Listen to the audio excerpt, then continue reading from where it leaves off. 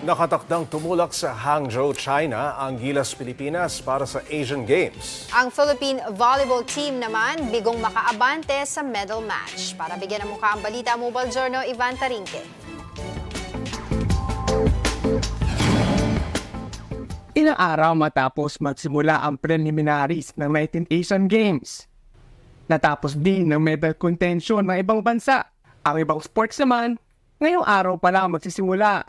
Nalaglag sa medal contention ng Philippine Men's National Volleyball Team matapos sila talunin ng Japan in straight sets kagabi. Steven Rotter led the Filipino Spikers with 13 points, with Brian Bagunas and Mark Espejo adding 10 and 8 points respectively. Gate pa ni Bagunas, nag-improve talaga ang team. Nakita ko naman po yung improvement ng men's volleyball team. After 49 years, sobrang nakakabilib na na nandito kami at sana magtuloy-tuloy lang.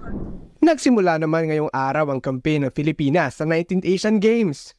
Ang target din nila ay maiuwi ang gintong medalya.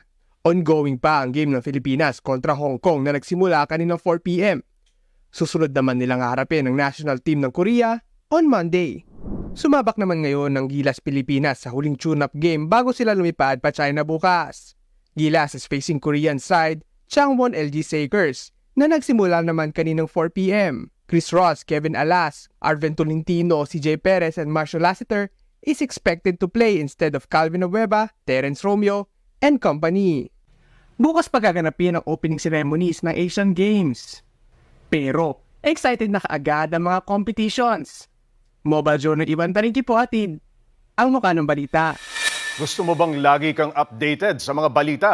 Aba, simple lang. Mag-subscribe ka na dito sa 1PH. I-click mo lang ang subscribe button at notification bell para hindi ka nahuhuli sa mga balitang dapat mong malaman.